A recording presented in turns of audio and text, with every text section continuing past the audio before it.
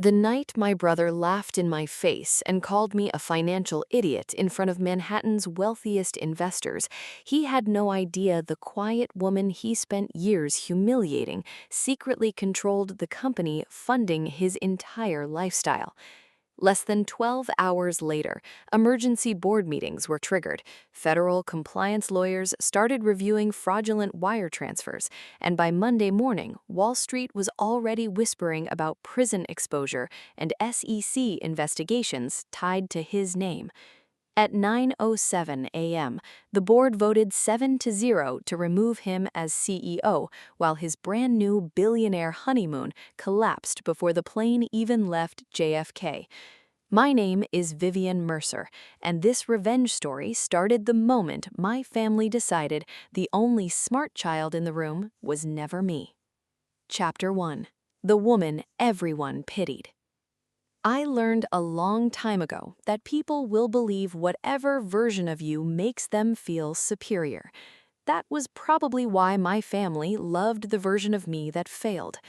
On the first Saturday night in October of 2025, I stood inside the Whitmore Grand Hotel in Upper Manhattan while my older brother soaked in the kind of admiration he had spent his entire life chasing.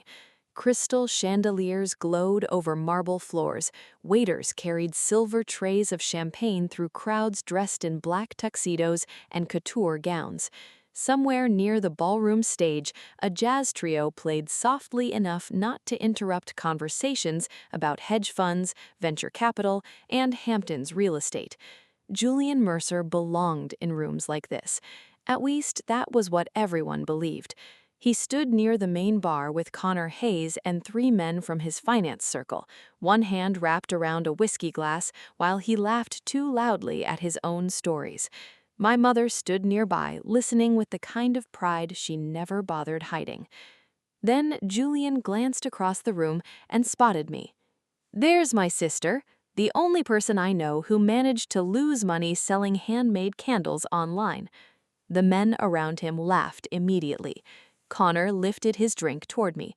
"Still doing freelance design work, Vivienne?" "Mostly small projects," I answered. Julian smirked. Translation: she still refuses to get a real job. Another round of laughter. My mother shook her head like she was embarrassed for me. Vivienne was always creative, but practical was never her strength. I smiled, because smiling was easier than reminding them I had stopped needing their approval years ago. Celeste Whitmore drifted past me in her custom silk wedding gown, flawless and polished from every angle. Even her smile looked expensive. "You're standing too close to the center," she whispered quietly enough that only I could hear. "My planner wants the bridal photos balanced." Balanced. That was a polite way of asking me to move farther into the background. I stepped aside without arguing. The photographer immediately relaxed. "Perfect," he said. That one word somehow hurt more than Julian's jokes. I stood near the edge of the bridal party while flashes exploded across the ballroom. Nobody noticed that I was always positioned slightly behind everyone else. Nobody noticed the waiter who walked past me and asked if I worked for the catering staff before apologizing. Nobody noticed how naturally people dismissed the quiet woman from Brooklyn once they heard the word freelance. I noticed. I always noticed. My phone vibrated inside my clutch. I glanced down. Naomi Chen. "Board meeting moved to Sunday, 9 a.m. Richard needs your answer tonight." I locked the screen immediately. Julian noticed anyway. "You dating somebody finally?" he asked. "No." "You should. Maybe then you'd stop hiding in Brooklyn working on logos for yoga studios." Connor nearly choked laughing. I smiled again. The truth was almost funny. For 13 years, I had quietly built Blackwell Mercer Holdings through layered trusts, silent partnerships, and nominee structures spread across New York and Delaware. I had started with a few $100s after college in 2012, investing in overlooked growth companies while everyone around me spent money trying to look successful. I never cared about looking rich. I cared about ownership. There's a difference. Most people spend their lives performing wealth. Real power usually stays quiet. Across the ballroom, Theodore Whitmore stood with a group of investors discussing Mercer Vale Capital like it was the future of Wall Street. Julian nodded confidently beside him, completely comfortable being admired. Watching him almost made me sad, because under all the arrogance, there had been a time when I genuinely believed my brother could become the man everyone thought he already was. Then my phone vibrated again. This time, it was Richard Blackwell. I stepped out onto the terrace before answering. Cold October air swept across Manhattan. Yellow taxi lights moved below the hotel like rivers of gold. "Miss Mercer," Richard said immediately, "we have a serious problem." My stomach tightened. Julian sent an email to every major investor claiming the board approved the crypto acquisition. I stared through the ballroom windows at my brother. The board had rejected that deal on Friday afternoon. The wire transfer was scheduled for Monday morning. If $30 million moved into Ethan Vale's company before compliance stopped it, Mercer Vale Capital could end up facing SEC scrutiny, investor lawsuits, and possible fraud exposure. Inside the ballroom, Julian threw his head back, laughing at something Connor said. He looked untouchable. That was the dangerous part about people like my brother. The world protects confident men, right until the moment reality finally reaches them. My phone vibrated again. This time, it was Richard Blackwell. I stepped out onto the terrace before answering. "Miss Mercer," Richard said immediately, "we have a serious problem." My stomach tightened. Julian sent an email to every major investor claiming the board approved the crypto acquisition. I stared through the ballroom windows at my brother. The board had rejected that deal on Friday afternoon. The wire transfer was scheduled for Monday morning. If $30 million moved into Ethan Vale's company before compliance stopped it, Mercer Vale Capital could end up facing SEC scrutiny, investor lawsuits, and possible fraud exposure. Inside the ballroom, Julian threw his head back, laughing at something Connor said. He looked untouchable. That was the dangerous part about people like my brother. The world protects confident men, right until the moment reality finally reaches them. My phone vibrated again.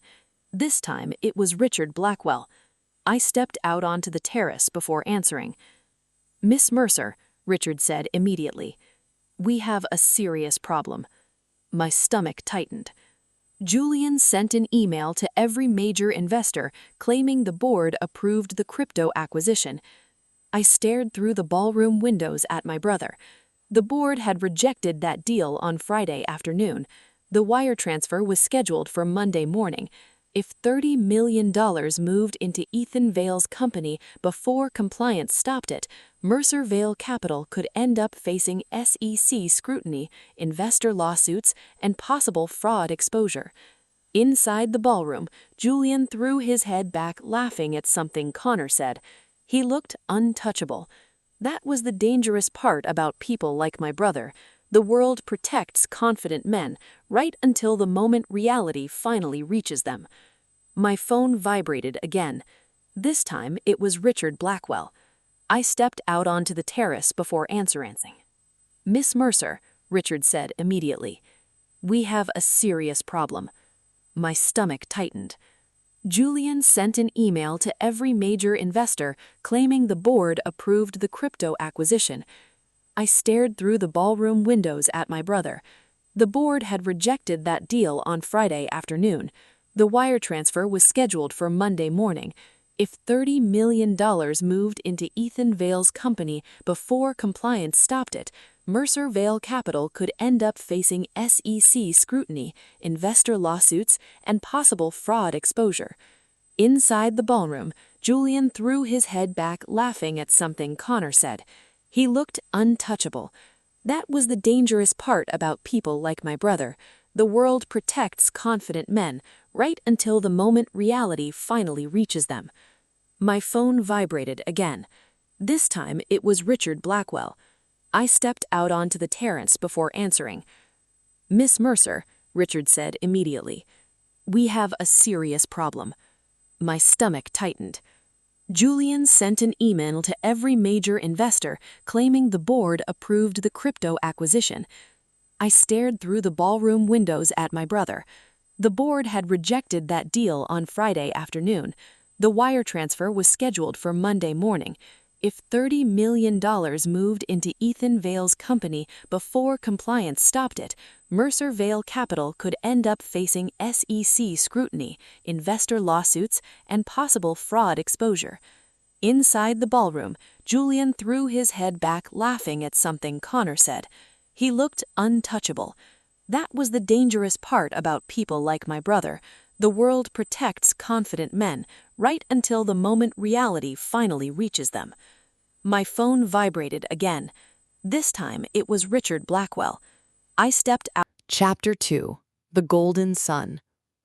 I slept less than an hour that night. Not because I was afraid, because some stupid part of me still hoped Julian would wake up before everything collapsed around him. By 6 Sunday morning, Manhattan looked washed out and cold beneath low gray clouds. The city outside my hotel window felt unusually quiet, like everyone was holding their breath without knowing why.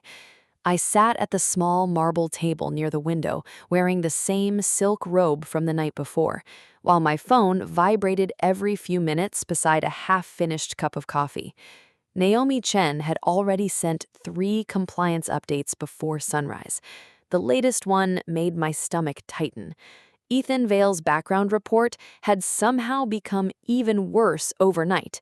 Fake Stanford credentials, fabricated investor references, offshore shell entities registered through Cayman addresses, suspicious banking activity flagged twice by compliance software. One section highlighted in yellow caught my attention immediately. Potential exposure risk if investor capital transferred after board rejection. I closed my eyes for a second. $30 million. That was how much Julian planned to wire into Ethan's crypto mining company Monday morning unless someone physically stopped him. My phone rang again. Richard Blackwell. He sounded exhausted. "Julian has been calling board members since before dawn," he said. "Trying to save himself? Trying to frame this as fear-based overreaction from conservative investors." I let out a quiet breath through my nose. That sounded exactly like Julian. Rules only mattered when they protected him. Every warning became proof that other people lacked vision. Every concern became evidence that he was smarter than the room. "How many people are backing him?" I asked.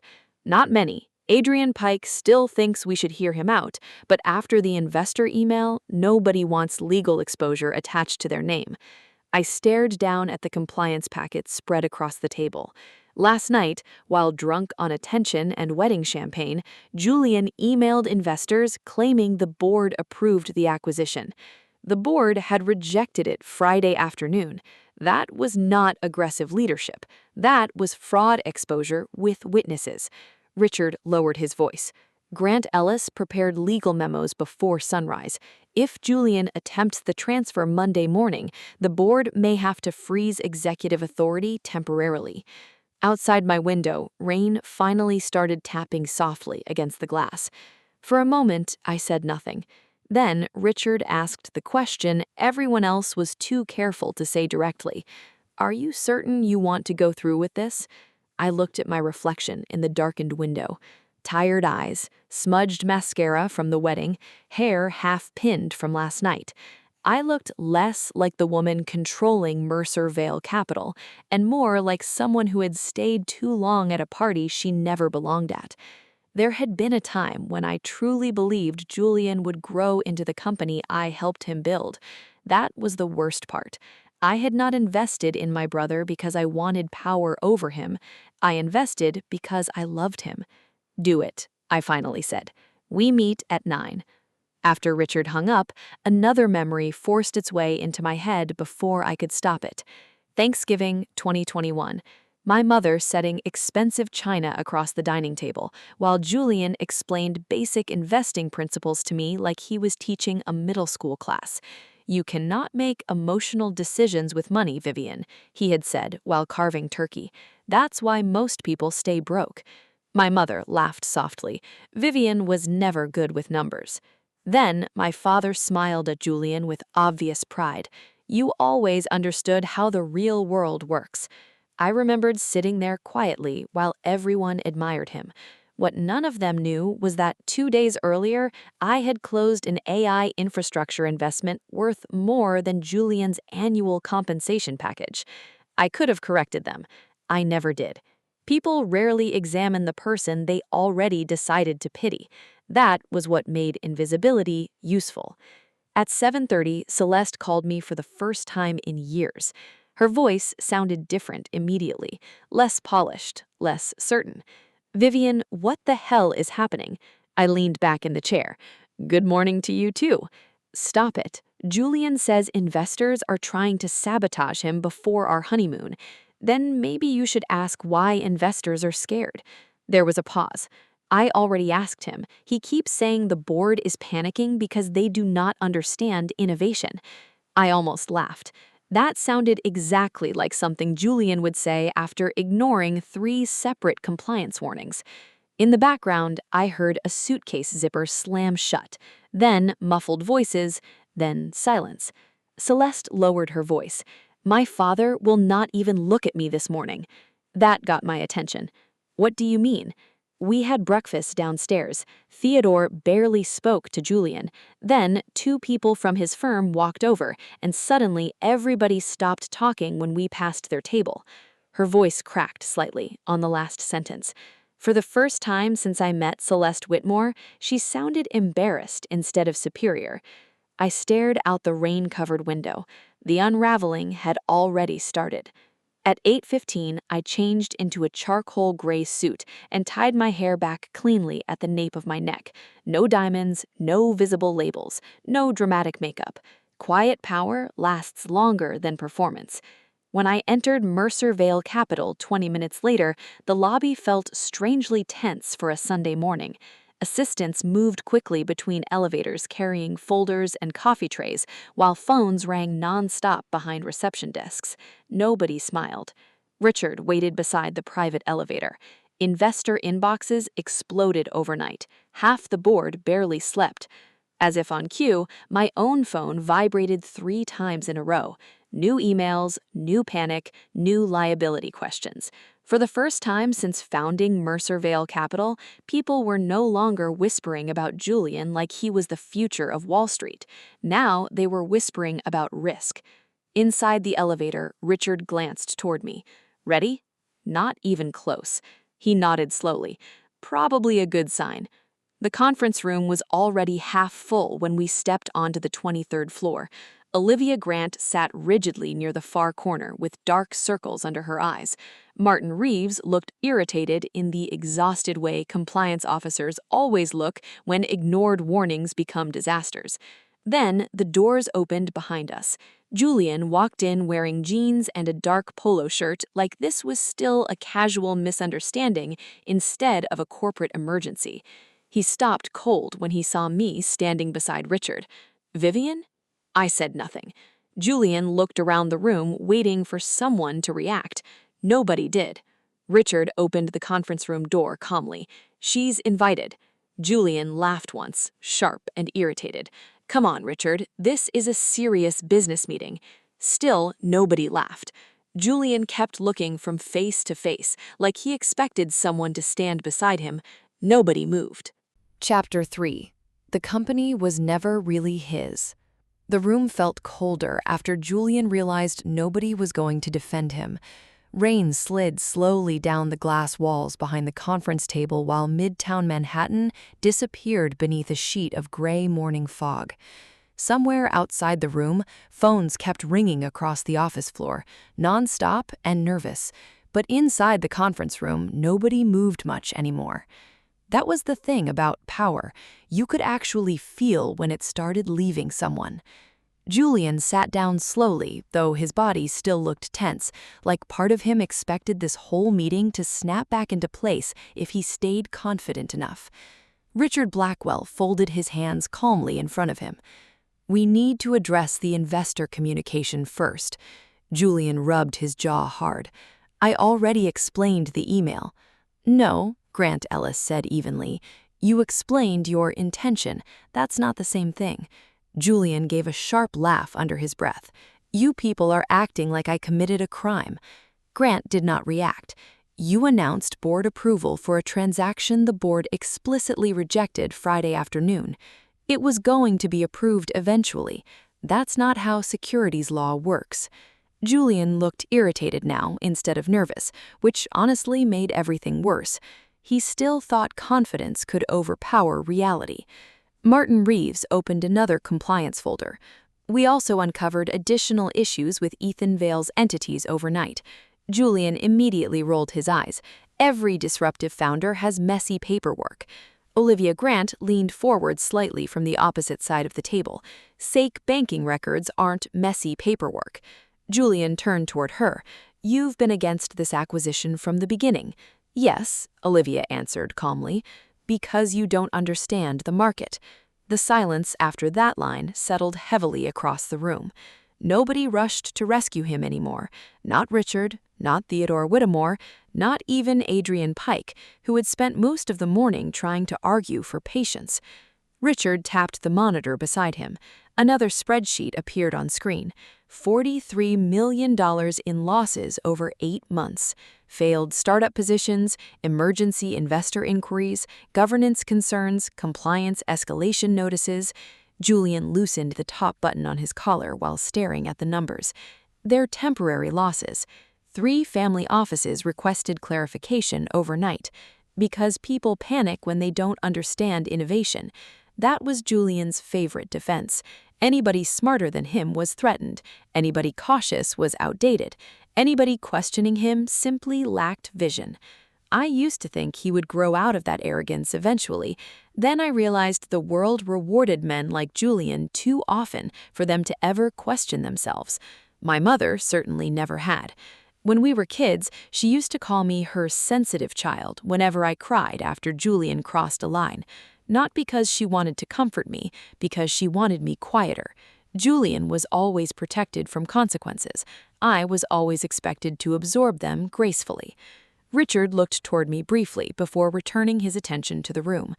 There's another issue we need to clarify.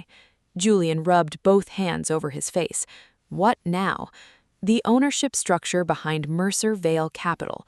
Julian frowned immediately. What does that have to do with anything? Everything. Richard pressed another button on the remote. Corporate diagrams filled the screen. Holding entities, voting agreements, trust structures, layered ownership chains across New York and Delaware. Julian stared at the screen for several seconds before shaking his head. I've never even heard of half these companies. That was intentional, Richard answered. Julian laughed once, but this time the sound came out strained. What exactly are you saying? Richard remained calm. Blackwell Mercer Holdings operates through private family office structures specifically designed for discretion. Julian looked around the table again. Nobody mentioned any of this when we launched. Richard said nothing. That finally got through to him. Julian's expression changed slightly. Not full panic yet, but close. I've never met anyone from Blackwell, he said slowly. You weren't supposed to. The room went still again. Even the assistants outside the glass walls seemed quieter now. Julian looked toward Theodore Whittemore. You knew about this? Theodore's face remained unreadable. I knew there were silent investors involved. That's not an answer. It's the only one you're getting right now. Julian looked stunned. For the first time in his entire life, people were withholding information from him instead of handing him reassurance. His breathing had changed too, faster now. I noticed his fingers tapping once against the table before he forced them still. Richard turned slightly toward me. Miss Mercer. That single sentence changed the entire atmosphere inside the room. Patricia Sloan blinked hard. Olivia Grant stopped typing. Somewhere near the far end of the table, somebody dropped a pen. Julian looked from Richard to me slowly, then back again. No, he said immediately. Nobody had explained anything yet, but somehow he already knew.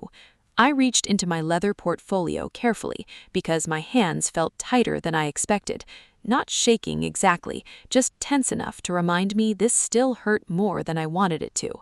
I slid several corporate formation documents across the conference table toward him. Read the signatures. Julian stared at the papers without touching them, then finally grabbed them.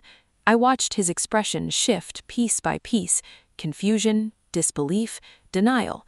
His eyes snapped back toward me. "This isn't funny." I said nothing. Julian looked down again, then toward Richard, then back at me. "There's no way you built this." Still silence. His voice rose louder now. "You're lying." Richard answered before I could. "Vivienne Mercer is founder and sole principal of Blackwell Mercer Holdings." Julian stood up so fast his chair slammed backward into the wall. "No." The word sounded smaller this time, almost frightened. "You're a freelance designer. Part-time. You live in Brooklyn." "Yes." "You said you didn't understand investing." I lied.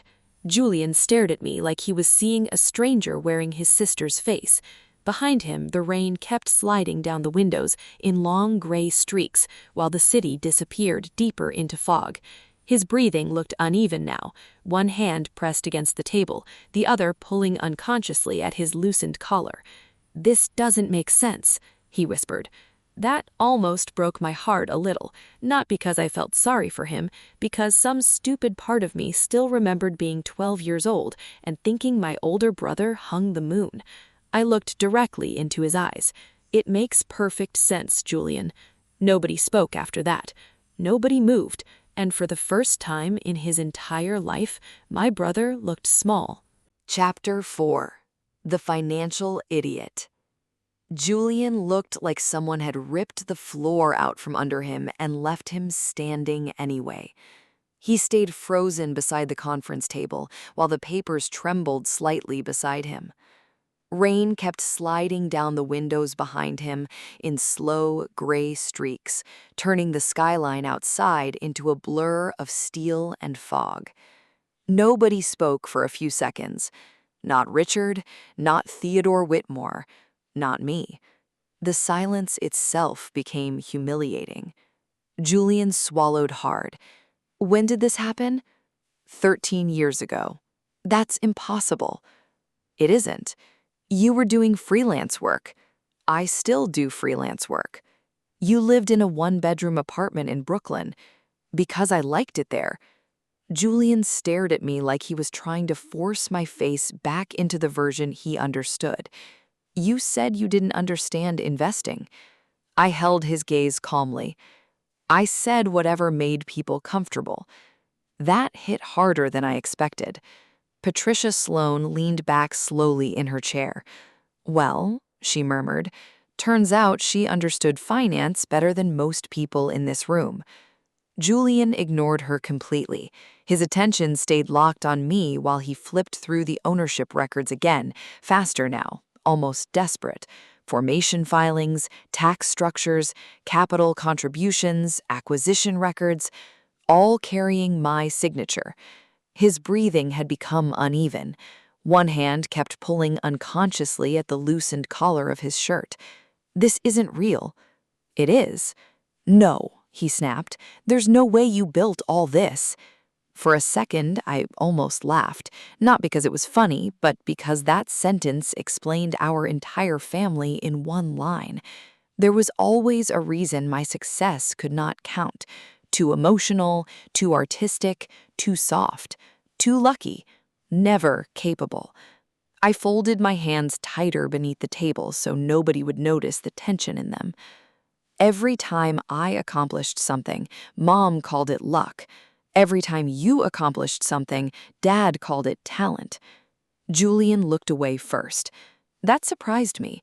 I had not expected shame to reach him so quickly. A memory surfaced before I could stop it. I was 14, sitting at the kitchen counter while my mother helped Julian prepare for a finance competition.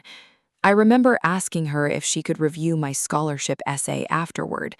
She never did, but she stayed up until midnight helping Julian practice. Sensitive girls learn early how to make themselves smaller inside their own homes. Richard finally slid another folder across the table. There's still the issue of the investor communication. Julian slammed the documents down harder than necessary. Oh my God, enough with the damn email. Grant Ellis answered evenly. You announced board approval for a transaction that was explicitly rejected. I was trying to calm investors. You exposed the company legally. I was protecting the company.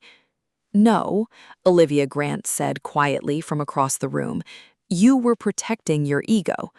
Julian whipped toward her instantly. You think you're smarter than me because you flagged a few compliance reports? Olivia did not move. I think I paid attention when everyone else was too impressed by you to ask questions. That one landed. I saw it physically. Julian's jaw tightened.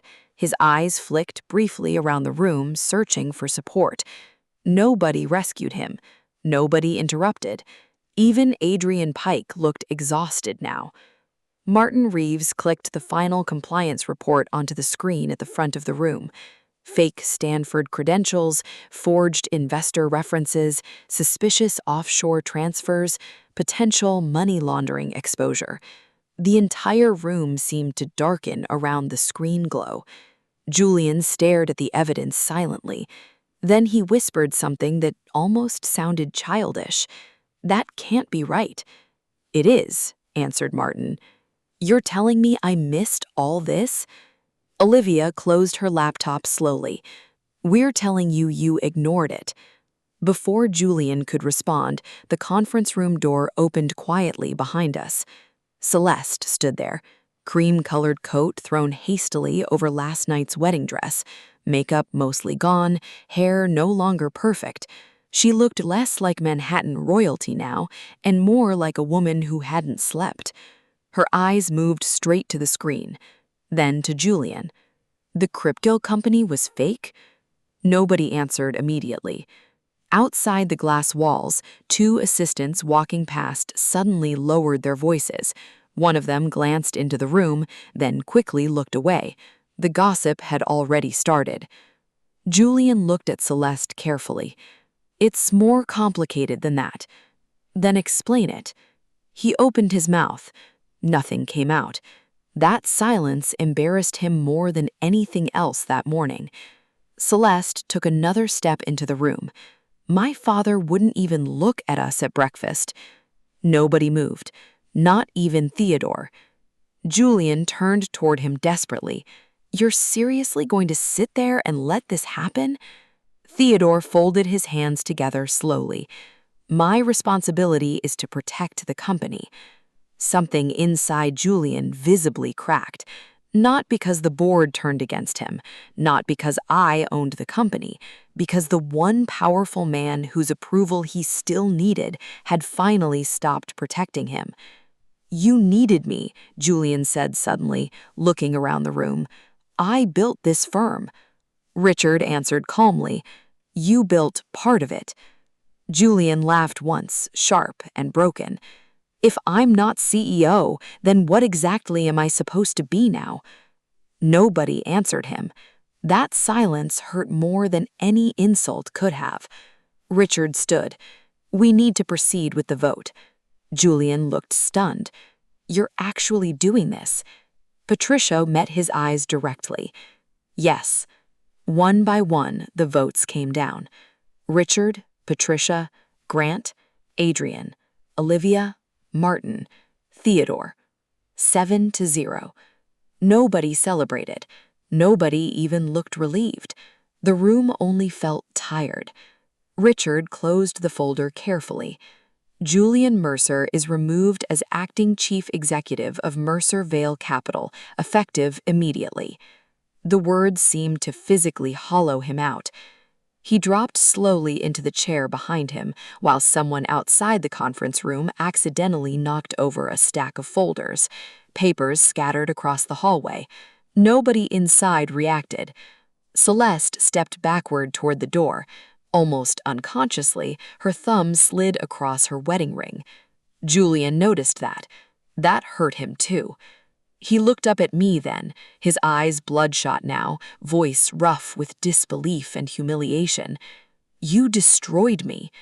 I stood slowly and gathered my documents into the leather portfolio. For a second, I saw flashes of the boy he used to be before everyone spent 20 years teaching him he could never fail. That was the only reason this still hurt. "No," I said quietly. "I saved the company you were destroying." Nobody tried to stop me when I walked toward the door, and behind me, the golden son of the Mercer family finally sat alone. Chapter 5. The Quietest Person in the Room. By Sunday afternoon, the story had already spread across Manhattan. Not the full truth, just enough. In finance, people can smell collapse long before they understand it. Investor calls flooded Mercerville capital all day. Legal departments requested updated governance documents. Assistants whispered in elevators. 2 finance blogs posted vague articles about executive instability before dinner reservations even started downtown. Nobody used the word scandal yet, but everyone was thinking it. The office felt different after the vote. Quieter, careful, like the building itself was waiting to see whether it would survive the week. I spent most of the afternoon inside Richard Blackwell's office, reviewing emergency stabilization reports while rain battered the windows overlooking Midtown. Phones rang nonstop outside. Every 20 minutes, another investor requested reassurance. Strangely enough, the panic started slowing once Julian was removed. That was the cruelest part. The company became more stable without him, almost immediately. Around 5 o'clock, Richard walked into the office carrying updated investor reports beneath one arm. 2 family offices reversed their withdrawal concerns, he said. I nodded tiredly. And the market? Better than expected. Richard hesitated before adding the next part. Celeste canceled the Maldives honeymoon this morning. Something in my chest tightened anyway. I hated that. Not because I regretted stopping Julian, because collateral damage still hurts, even when it is necessary. Richard studied me quietly. You still care about him. I stared out at the rain-covered skyline. I care about who he used to be. That answer seemed to make Richard sad. He left a few minutes later, and for the first time all day, the office became silent enough for me to hear my own thoughts. That turned out to be worse. Revenge sounds satisfying when people talk about it online. Justice, karma, exposure, all those clean, dramatic words.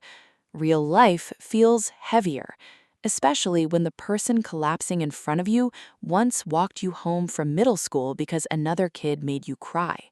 That version of Julian existed once. I think that is what hurt most. My phone rang just after 8. Mom. I stared at the screen for a long moment before answering. Her voice sounded smaller than I had ever heard her. Vivienne? Yes. Long silence. Then finally, you really own that company? I closed my eyes briefly. Yes. Another silence followed. I heard her crying before she spoke again. Not loud crying, quiet crying, the kind people do when shame catches them unexpectedly.